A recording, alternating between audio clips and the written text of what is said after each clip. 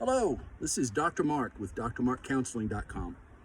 I've had Christians ask time and time again about reading God's Word and saying, I've read it before. And it's like I open the Bible and I go to some chapter or some verse and it's stuff that I've read before. And I'm like, what am I supposed to get from this?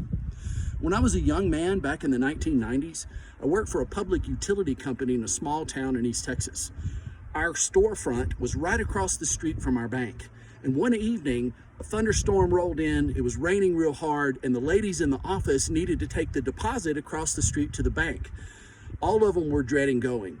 I was there and I thought, here's a chance for me to be a polite young man and go take care of it for them. So I said, hey, I'll do it for you.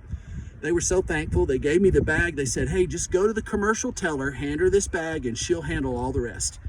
So I did. I took the bag, I ran across the street to the bank, gave the lady the bag. She opened it up and I was amazed at what I saw. Here is this young woman. She grabs this stack of 20s and just ridiculously fast started dealing it like a deck of cards, just tick, tick, tick, tick, tick, tick, tick, tick, tick, tick. All of a sudden in this big stack of 20s, she didn't miss a beat, but she sets 120 off to the side and keeps right on going. Taps things into her calculator, does all the deposit, hands me the slip and says, thank you. I look at her and I said, okay, hey, I just have one question. Why did you put that 120 aside? And she said, well, we're having a problem with counterfeit 20s in the area. So we put any suspect 20s aside. I said, how do you know that one is suspect? And she said, well, we go through training and what we do is we study the original $20 bill. Now this was long before there were watermarks and machines that would do it for you. So this was a human interaction.